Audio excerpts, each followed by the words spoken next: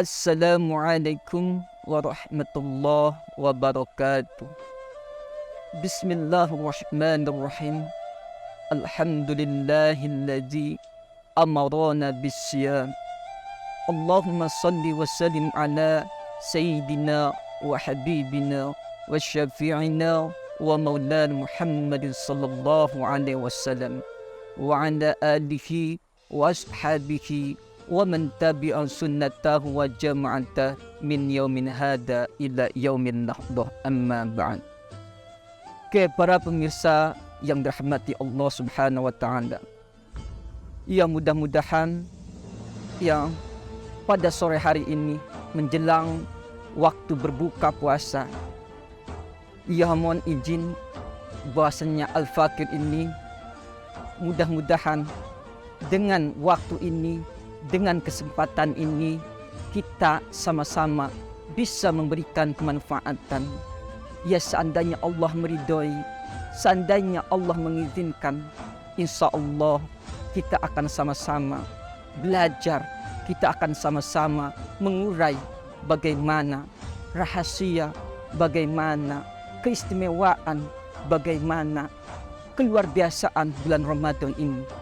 Tapi saya akan garis bawahi bahwasannya sering dikatakan dan para ulama, para masyayikh kita semua berkata bahwasannya syahrul Ramadan, bulan Ramadan itu adalah syahrul tarbiyah, adalah bulan pendidikan yang dimana manusia dipaksa, manusia dituntut, yang biasanya makan ada yang 3 kali sehari, ada yang minum sepuasnya, sekehendaknya. Tapi Allah memaksa kita, Allah mendidik kita, mau tidak mau, bisa tidak bisa, selama kita ini tidak punya udzur syar'i, tidak punya alasan yang dibenarkan oleh syar'i, oleh syariat, maka kita semua wajib berpuasa. Kembali ke yang tadi, yaitu bahwasanya Ramadan adalah syahrul tarbiyah.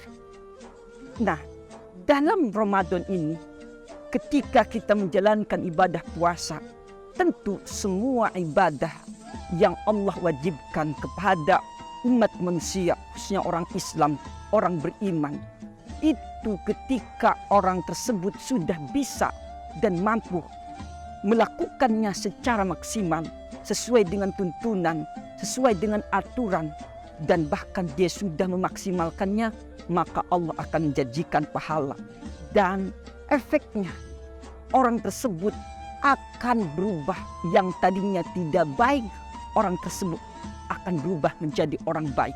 Yang tadinya orang belum bisa baik atau kurang baik, insya Allah dengan tuntunan ibadah, Allah akan menjanjikan, Allah akan merubah melalui ibadah tersebut. Salah satunya adalah ibadah puasa. Ke dalam proses puasa ini, kalau kita menilik ke proses tasawuf atau tahapan-tahapan maqamat dalam tasawuf, itu ada 3 tingkatan. Yang pertama itu adalah takhalli, yaitu proses cleaning of pembersihan jiwa, pembersihan hati. Nah, puasa ini harus memberikan asar, harus memberikan efek kepada kita.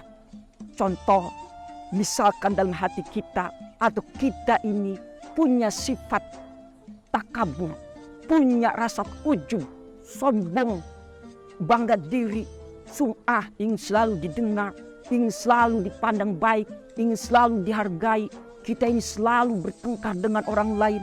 Nah, bagaimana dalam puasa ini sedikit-sedikit penyakit itu kita kikis, kita habiskan.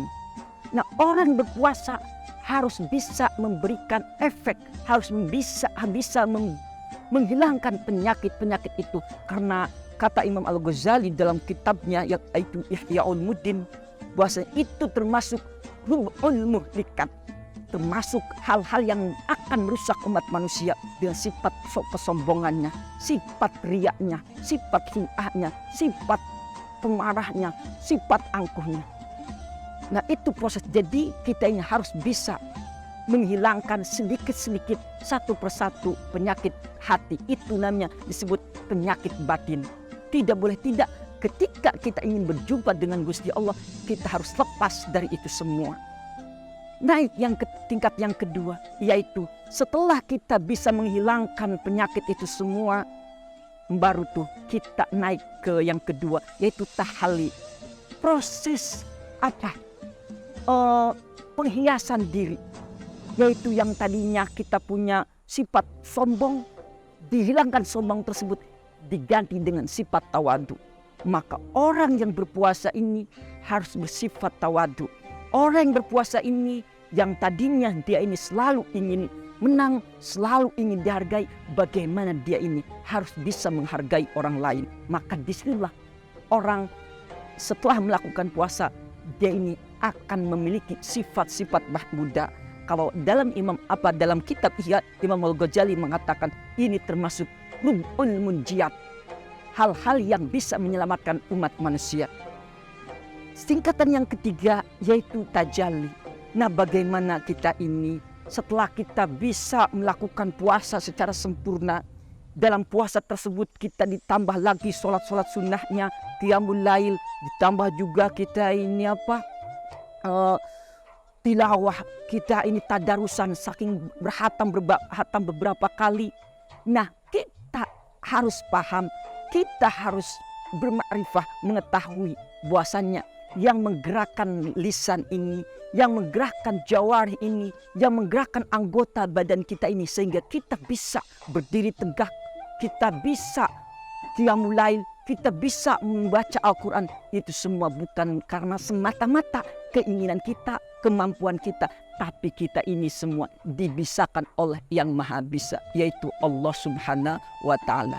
Maka dari itu, alhamdulillah, bagi orang sudah hatam beberapa kali Al-Quran, bagi orang yang sudah dimudahkan oleh Allah untuk bermunajat pada malam hari, untuk qiyamul lail, maka bersyukurlah kepada Allah. Dengan syukur tersebut, yaitu kita merasa bahwasanya kita ini tidak bisa hakikatnya, kita ini dibisakan oleh yang maha bisa, yaitu Allah Subhanahu wa Ta'ala. Bahwa kita harus menyaksikan imma fi'lullah, imma sifatullah, imma ismullah. Bahwasannya sekarang yang terjadi kepada diri kita itu tidak akan keluar dari yang namanya af'al Allah, pekerjaannya Allah, sifat Allah dan asma Allah. Kita ini bisa ibadah, bisa melakukan ibadah semaksimal mungkin, itu bukan karena semata-mata kita mampu, tapi karena kita ini dibisakan oleh Allah Subhanahu wa Ta'ala. Setelah itu baru orang setelah melakukan puasa timbul sifat seperti itu.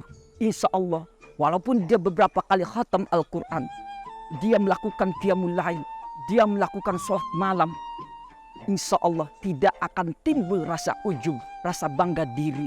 Karena apa? Karena dia bisa seperti itu, dia merasa bahwasanya la fa'ila illallah, tidak ada pekerjaan atau tidak ada yang mengerjakan, la muharrik, tidak ada yang menggerakkan illallah kecuali Gusti Allah. Nah, insya Allah puasa kita akan diterima, amal-amalan sunnah kita akan diterima ketika puasa kita ini memberikan athar, memberikan efek, yaitu tadi bahwasanya kita bisa melakukan puasa, kita bisa melakukan semua ibadah bukan karena kemampuan kita, tapi karena kita digerakkan, karena kita mendapatkan taufik hidayah Allah Subhanahu wa Ta'ala. Para pemirsa rahimakumullah, ya mudah-mudahan apa yang telah saya sampaikan memberikan manfaat, memberikan efek asar, khususnya bagi saya pribadi, umumnya kita semua. Saya cukupkan sampai di sini. Kurang lebihnya mohon maaf. Arjun mikul afa. Wallahu muwaffiq illa aqwamit thoriq. Wassalamualaikum warahmatullahi wabarakatuh.